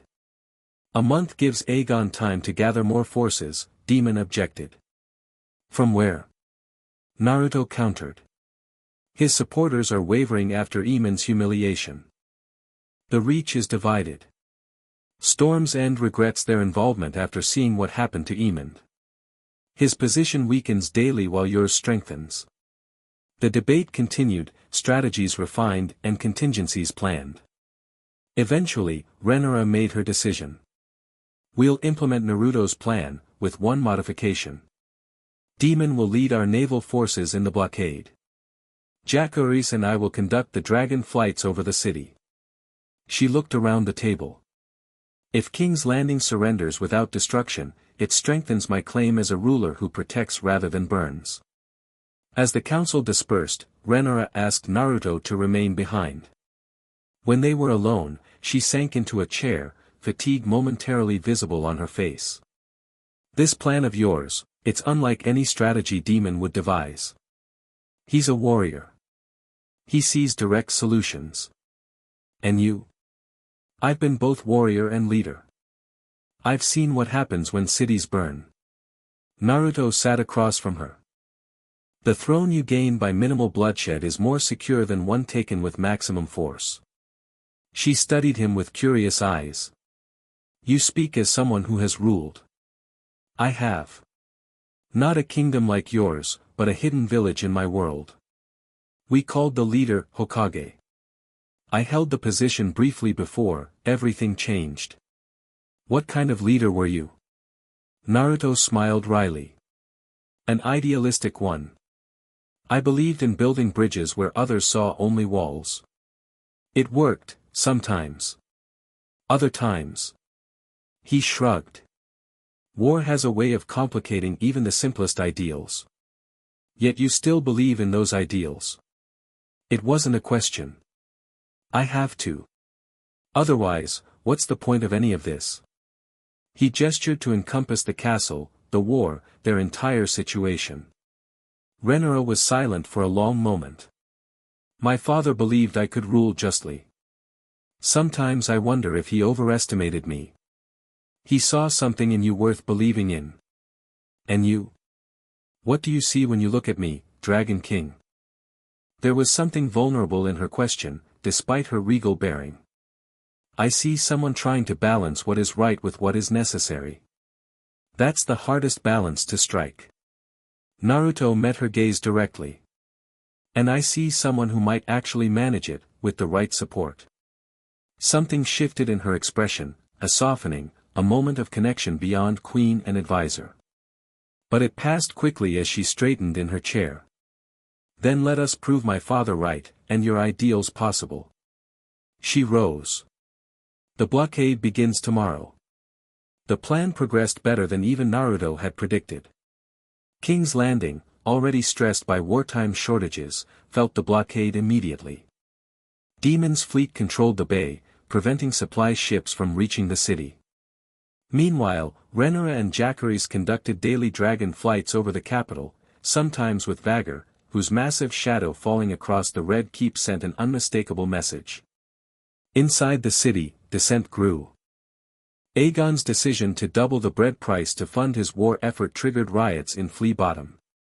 The Gold Cloaks, once loyal to Daemon, began to desert their posts or pledge secret support to Rhaenyra's cause. 3 weeks into the blockade, Naruto led a covert mission into King's Landing through the secret passages beneath the Red Keep, the same tunnels Cheese had known. With a team of 20 shadow clones and a small group of Rhaenyra's most loyal fighters, he infiltrated the castle's lower levels. They encountered minimal resistance at first. The King's Guard, reduced in number since several had declared for Rhaenyra, were concentrated around the royal apartments. Using his shadow clones as diversions, Naruto systematically secured key points within the keep. The real challenge came when they reached Maegor's Holdfast, where King Aegon and his family had barricaded themselves. A defensive force awaited them, the remaining King's Guard and household knights, prepared to fight to the death. "We don't need to kill them," Naruto told his team. "Just incapacitate." He formed a Rasengan, the swirling ball of chakra glowing blue in the torchlit corridor. When the defenders charged, he moved with shinobi speed, striking with precision rather than lethal force. His shadow clones did the same, creating chaos and confusion. Within minutes, the defenders were scattered, most unconscious, some restrained, none dead. The path to the royal apartments lay open. They found King Aegon in his council chamber rather than hiding in his bedchamber. He wore armor and held a sword, clearly intending to fight rather than surrender. His Valyrian features, so similar to Rhaenyra's, were contorted with rage. "The usurper sends assassins rather than facing me herself," he spat. "Not assassins," Naruto corrected calmly. "Emissaries. Queen Rhaenyra offers terms. I am the rightful king. There are no terms to discuss. There are always terms. No one else needs to die in this war." Aegon's laugh was bitter. "My sister has stolen Vhagar, turned the faith against me, and now holds my city hostage. What terms could possibly satisfy her except my death? Abdication. Exile to Essos with your family and a stipend. Your children retain their titles but not their claims to the throne." Naruto kept his voice level, reasonable. "It's more generous than many would advise." "Never." Aegon raised his sword. "I'll die a king rather than live in exile." Before he could attack, the windows of the chamber exploded inward. Syrax's massive head appeared in the opening, smoke curling from her nostrils. Rhaenyra dismounted from the dragon's neck, stepping gracefully into the room. "Then you are a fool, brother." She wore riding leathers and a circlet of Valyrian steel. A king should live for his people, not die for his pride. The two siblings faced each other, so alike in appearance, so different in approach. The moment stretched, tense and uncertain. Finally, Aegon lowered his sword. "How did you do it? Turn the city against me so completely?" "By offering justice where you offered only fire." Rhaenyra gestured to Naruto. "And by remembering our house's true legacy, not just conquest, but responsibility to the dragons who made us great." The surrender proceeded with surprising dignity. Aegon formally abdicated his claim before witnesses. His children were taken into protective custody while arrangements were made for their exile. The remaining loyalists in the Red Keep laid down their arms when they saw their king had yielded. By nightfall, Rhaenyra Targaryen sat on the Iron Throne, her supporters filling the throne room. The ceremony was brief but powerful, a coronation not of conquest but of rightful succession finally fulfilled. Later, in the quieter aftermath, Naruto found Rhaenyra on the battlements of the Red Keep, looking out over the city that was finally hers. "You did it," he said, joining her at the stone railing. "And with minimal bloodshed. Thanks to your counsel." She turned to him, the moonlight silvering her hair. "Though Demon is furious, we denied him his great battle. He'll find another fight. Men like him always do." She smiled faintly. "You understand him well. I've known many like him. Warriors who define themselves by their battles." "And how do you define yourself, Naruto Uzumaki?" "Not as a warrior, I think, despite your considerable skills." He considered the question, looking out over the city lights. "As a bridge builder, maybe. Someone who tries to connect people rather than divide them. A rare quality." She moved closer, their shoulders nearly touching. "And valuable in a royal advisor." "Is that what I am now?" "Your advisor." "You're much more than that."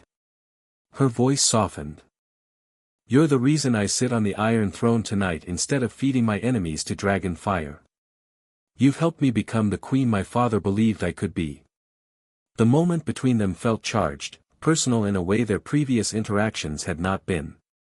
Naruto was acutely aware of her presence beside him, the subtle floral scent of her hair, the way the moonlight caught in her violet eyes. "I should thank you," he said quietly. "For what?" "For believing in me when I appeared with a wild story about being the Dragon King. For giving me purpose in this strange world." Rhaenyra's hand found his on the stone railing. "Perhaps we found each other for a reason. The prophecy said you would awaken when dragons needed you most. Maybe dragons weren't all that needed me." He turned to face her fully. "Maybe you did too." Their eyes held for a long moment. Then, with deliberate purpose, Rhaenyra leaned forward and pressed her lips to his. The kiss was gentle at first, then deepened with surprising intensity. When they finally pulled apart, her cheeks were flushed. "I shouldn't have done that," she murmured. "I'm a queen. I'm married. To a man who loves power more than you." She didn't deny it. Political marriages rarely involve love. And what was this? He gestured between them. "Something unexpected." A smile touched her lips. "Something I'm not ready to name yet." Further conversation was interrupted by the arrival of a messenger, breathless from climbing the tower stairs. "Your Grace. Urgent news from the Grand Maester." Rhaenyra straightened immediately, royal composure replacing the brief vulnerability she'd shown. "Speak." "Ravens from the Reach, Your Grace. Lord Hightower refuses to acknowledge your coronation. He's raised an army and secured alliances with houses still loyal to the former king." The brief peace shattered like glass. As quickly as one threat had been neutralized, another arose. The war for the Iron Throne was far from over. Rhaenyra's face hardened with resolve. "Summon the small council immediately. We must respond decisively."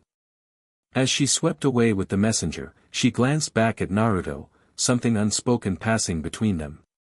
A connection formed in one quiet moment on the battlements, now complicated by the renewed demands of war. Whatever was growing between them would have to wait. The realm needed its queen, and the queen needed her Dragon King, not as a lover, but as the ally who could help her secure a throne still balanced precariously between peace and chaos. The months that followed tested Rhaenyra's rule severely. What had seemed like decisive victory fractured into regional conflicts as lords who had supported Aegon refused to bend the knee to his sister. The Hightowers in Old Town, the Lannisters at Casterly Rock, and scattered supporters throughout the Reach organized resistance. Daemon advocated immediate dragon strikes against the rebellious lords. "They understand only fire and blood," he argued during one heated council session. Give it to them, and this rebellion ends. Burning castles full of women and children won't secure my rule, Rhaenyra countered. It will only create new enemies. Perhaps a middle path, Naruto suggested. He had become her most trusted advisor, though their relationship remained carefully professional in public after that night on the battlements. Targeted demonstrations of dragon power against military targets only. Burn supply wagons, not villages. Melt castle gates, not the castles themselves. This balanced approach proved effective. Daenerys, now confident on Vagar's back, led precision strikes against rebel forces.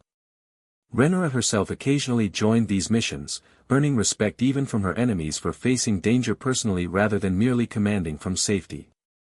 Naruto developed new tactics combining his ninja abilities with dragon warfare.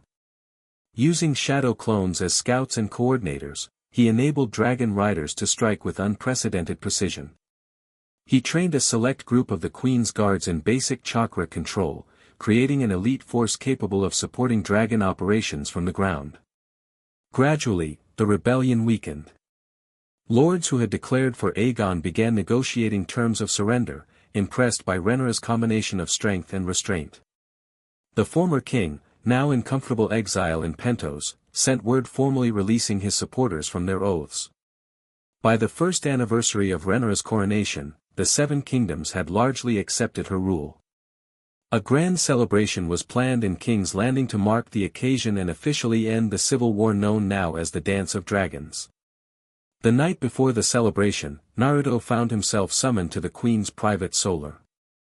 When he arrived, he found Rhaenyra alone, dressed simply in a robe of Targaryen black and red, her hair loose around her shoulders. "Your Grace," he bowed slightly. "You wanted to see me? Must you still be so formal when we're alone, Naruto?" She smiled, pouring 2 glasses of Dornish wine and offering him one. "After all we've been through together." He accepted the wine, returning her smile. "Habit, I suppose. In public, you're my queen. And in private?" Her question hung between them, weighted with meaning. "In private, you're Rhaenyra. The woman who kissed me on the battlements a year ago, then didn't mention it again." She moved to the window, looking out at the city lights. A queen at war has little time for personal matters. And a queen at peace? Rhaenyra turned to face him. "Demon leaves for Dragonstone tomorrow. He prefers it there, closer to his power base among the Valyrians. He'll represent me at court only when absolutely necessary." Naruto understood the implication. Their marriage would continue in name while functioning as a political alliance rather than a true partnership. "The crown comes with sacrifices," he acknowledged. "Many sacrifices. But perhaps not all." She set down her wine glass and moved closer to him. "You've given me a kingdom, Naruto. You've shown me how to rule with justice tempered by mercy. You've made me a better queen than I ever thought possible. You did that yourself. I just showed you options you hadn't considered." Her hand reached up to touch his face. "There are other options I've been considering. For quite some time now." This time, when their lips met, there was no hesitation, no pulling away. The kiss deepened, hands explored, and the careful distance they had maintained crumbled under the weight of feelings too long denied. Later, as they lay tangled together among silk sheets, Rhaenyra traced the dragon markings that glowed faintly across his skin. "Will you stay?" she asked quietly. "Now that the war is won and the dragons are safe." Naruto hesitated. The prophecy the high priest had shared centuries ago still echoed in his mind: 3 awakenings, 3 lives to guide the blood of Valyria. "I don't know if I can," he admitted. "The magic that preserved me, that brought me here, it has its own purpose. I may not have a choice about when I leave." She propped herself up on one elbow, studying his face in the moonlight. "Then we make the most of whatever time we have.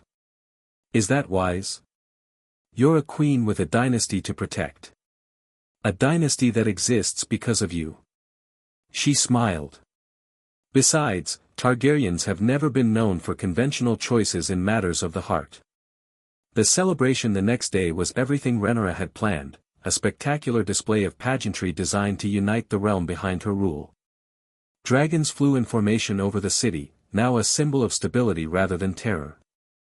Lords and ladies who had been enemies months before raised glasses together in the great hall of the Red Keep. For Naruto, watching from his place of honor near the throne, the scene was bittersweet. He had helped create this peace, this moment of unity.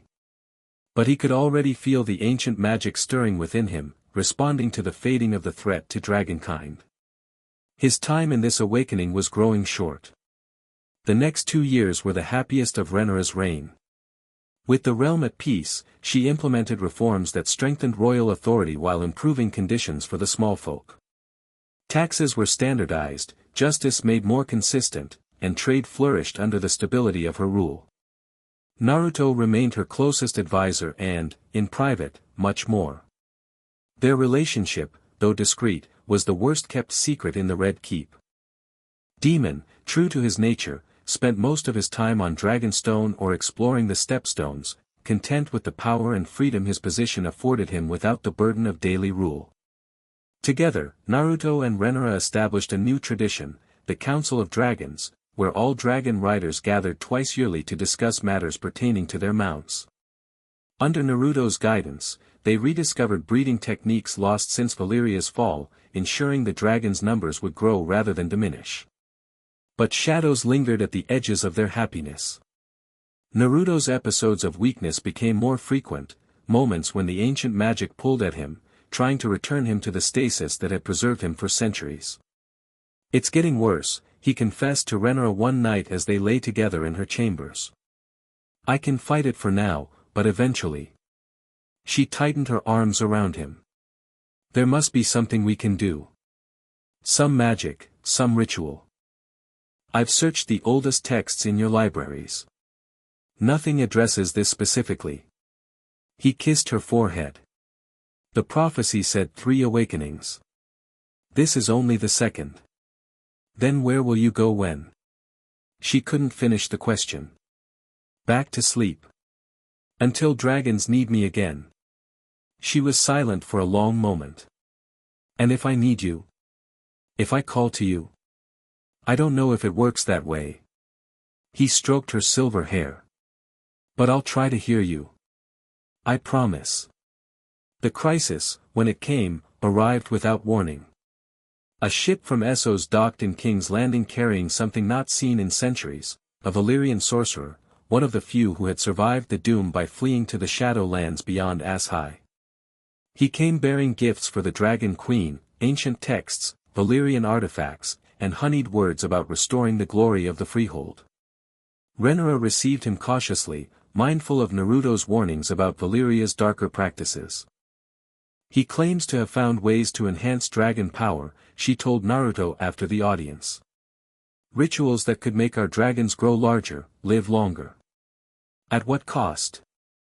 Naruto's suspicion was immediate. Valyrian blood magic always demands sacrifice. She sighed. He was vague about the details. But several of the dragon riders seemed intrigued by his promises. "Keep him close, but watched. There's something wrong about his sudden appearance." Naruto's instincts proved correct. The sorcerer, a man called Exes Velnolis, began holding private meetings with younger dragon riders, particularly those frustrated by the Council of Dragons' conservative approach to dragon rearing. He whispered of shortcuts to power, ancient rites that could bond riders more deeply to their mounts. Investigation revealed his true purpose. He led a cult dedicated to the darkest aspects of Valyrian magic, believing that dragon blood and human sacrifice could resurrect the freehold's glory. His target wasn't just Rhaenyra's dragons, but Naruto himself, the living embodiment of the first Dragon Lord. The danger became clear when 2 young dragons fell mysteriously ill after their riders participated in one of Velnolis' rituals. Naruto examined them and found traces of poison, not meant to kill, but to weaken the bond between dragon and rider, making them vulnerable to magical manipulation. "He's trying to corrupt the dragon magic," Naruto reported urgently to Rhaenyra's small council. If he succeeds, he could potentially control any dragon whose rider has participated in his rituals. "We'll arrest him immediately," Demon declared, for once in full agreement with Naruto. Too late. A guard burst into the chamber. "Your Grace, there's been an incident in the dragon pit. The sorcerer has barricaded himself inside with several dragons and their riders." They rushed to the massive structure that housed the royal dragons. Outside, a crowd had gathered, held back by gold cloaks. Smoke poured from the entrance, and the sounds of dragons in distress echoed from within. "He's performing the ritual now," Naruto realized, the markings on his skin flaring in response to the magical disturbance. "We need to stop him before it's complete." Rhaenyra called for Syrax while Demon mounted Caraxes, his red dragon. But Naruto held up a hand. "No. Your dragons could be affected by whatever spell he's casting. This needs a different approach." He formed dozens of shadow clones, sending them to surround the dragon pit and identify all possible entrances. Using their shared vision, he quickly located a weakness, a maintenance tunnel near the roof that vented smoke from the interior. "I'm going in alone," he told Rhaenyra. "That's madness," she objected. "At least take some guards. They'd only slow me down." Besides, he smiled grimly, "I'm never really alone." He formed another shadow clone beside him. "Have your forces ready to enter once I've neutralized the main threat." Before she could protest further, Naruto leapt to the dragon pit's wall, running vertically up its curved surface using chakra control. He disappeared into the smoke vent as Rhaenyra organized her response team below. Inside, the scene was chaos. For dragons and their riders were arranged in a ritual circle, all seemingly in a trance state. In the center stood Valyrian, chanting in an ancient form of Valyrian while drawing symbols on the stone floor with what appeared to be blood. The air shimmered with malevolent energy, and the dragon's scales had taken on an unhealthy purplish tinge.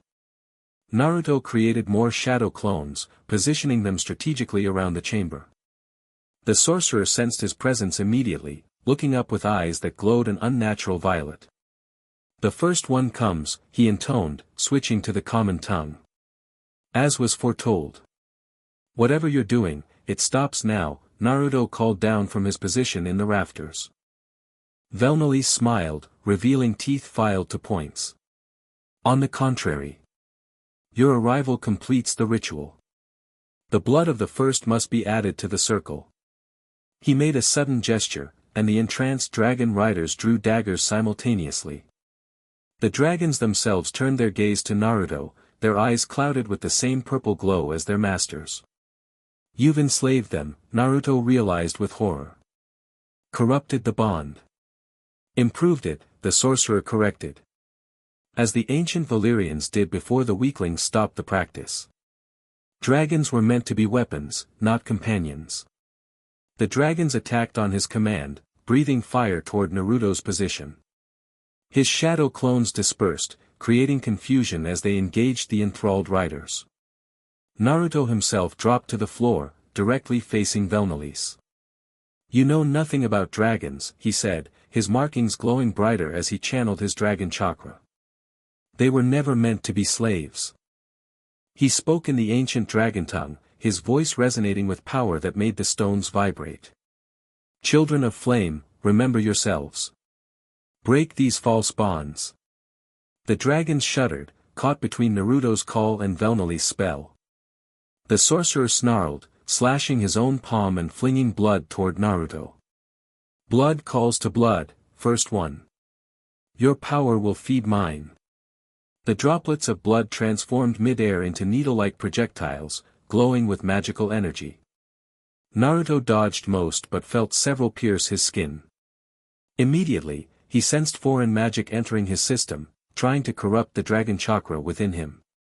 This was no ordinary battle. It was a direct magical assault on the very essence that made him the Dragon King. Naruto dropped to one knee, fighting the invasive magic. Valyrian approached, drawing a curved blade of what appeared to be dragonglass. "Centuries of planning, waiting for your return," the sorcerer gloated. The cult has prepared for this moment since the Doom. With your blood and essence, we will create dragons that answer only to us. The new Valyria will rise on dragon wings, purified of weakness. Naruto's vision blurred. The corruption was spreading, turning his dragon markings from gold to sickly purple. But as the magic attacked his connection to dragons, it stirred something else within him, a presence he thought long gone. Kit, you're in trouble again. Kurama. Naruto gasped, the familiar voice of the Ninetales shocking him out of his pain. Not exactly. But close enough. Your world's chakra and this world's dragon magic have more in common than you realize. Did you think I'd disappear completely? Whatever remained of Kurama's consciousness within him surged forward, meeting the corrupting magic with ferocious resistance. The dragon markings on Naruto's skin flared with renewed brightness, purging the purple taint. Valyrian faltered, sensing the unexpected counterattack. Impossible. No power can resist the blood binding. You should meet my friend, Naruto grinned, rising to his feet as golden chakra enveloped him in a familiar cloak. He's pretty stubborn. With renewed strength, Naruto formed a Rasengan, but unlike any he'd created before. This one swirled with both chakra and dragon fire, a spiraling orb that hummed with dual energies now working in harmony. Dragon Sage Art, Burning Rasengan. He struck with blinding speed, driving the technique into the center of Valyrian's ritual circle. The impact shattered the blood symbols, sending a shockwave of purifying energy across the dragon pit. The enthralled dragons and riders collapsed as the corrupting spell broke. Valyrian screamed, the backlash of his failed ritual consuming him from within. His body contorted, then crumbled to ash, leaving only his dragonglass dagger behind. Naruto stood in the center of the broken ritual, the golden chakra cloak fading as he stabilized the dragons and riders with his dragon chakra. By the time Rhaenyra's forces breached the entrance, he had the situation under control. But the victory came at a cost. The combination of Valyrian's attack and Naruto's desperate counter had accelerated the process that had been slowly claiming him. He could feel the preservation magic asserting itself more powerfully than ever, pulling him toward the stasis that had held him for centuries. Naruto. Rhaenyra rushed to his side, seeing him struggle to remain standing. What's happening? The magic, he managed. It's claiming me. I can't fight it much longer. Understanding and despair crossed her face. No. Not yet. We've barely had any time. Take me to Dragonstone, he whispered. To the chamber where I first awakened. Quickly. They flew directly to Dragonstone, Naruto cradled before Rhaenyra on Syrax's back as he fought to remain conscious. By the time they reached the ancient fortress, he could barely walk, leaning heavily on her as they descended to the hidden chamber deep beneath the castle. The stone altar where he had slept for centuries awaited him. Rhaenyra's tears fell freely now as she helped him lie down. There must be another way, she insisted. Some magic, some power that could keep you here. Not this time. He reached up to touch her face. The prophecy is clear. 3 awakenings. This is only the second. When will you return? How will I find you? I don't know. But I'll be here, beneath Dragonstone. Waiting until I'm needed again. His voice weakened. When dragons are in peril, I'll wake. She kissed him fiercely, desperately. Then I'll make sure the dragons thrive. That they never need you so desperately again. That would be nice, he smiled faintly. But then I'd never see you again. I'll find a way, she vowed. Even if I have to have myself entombed beside you when my time comes. Live, Rhaenyra. Rule well. Make this world better for dragons and humans alike. His eyes began to close as the preservation magic took hold. That's how you honor what we've built together. I will remember, she whispered, an echo of words spoken centuries ago by another silver-haired woman as Valyria burned. I will be waiting when you wake. As consciousness faded, Naruto felt her tears on his face, her lips against his. Then darkness claimed him once more, carrying him into the timeless void where past, present, and future blended into dreams of flying on dragon wings across endless skies. His last thought was a prayer to whatever powers governed his strange fate, that the third awakening, when it came, would bring him to someone who needed him as much as he had come to need the dragon queen he was leaving behind. The magic sealed around him, preserving the Dragon King until his final awakening. The end. Thank you for watching this video. Please be sure to subscribe to our channel and like this video.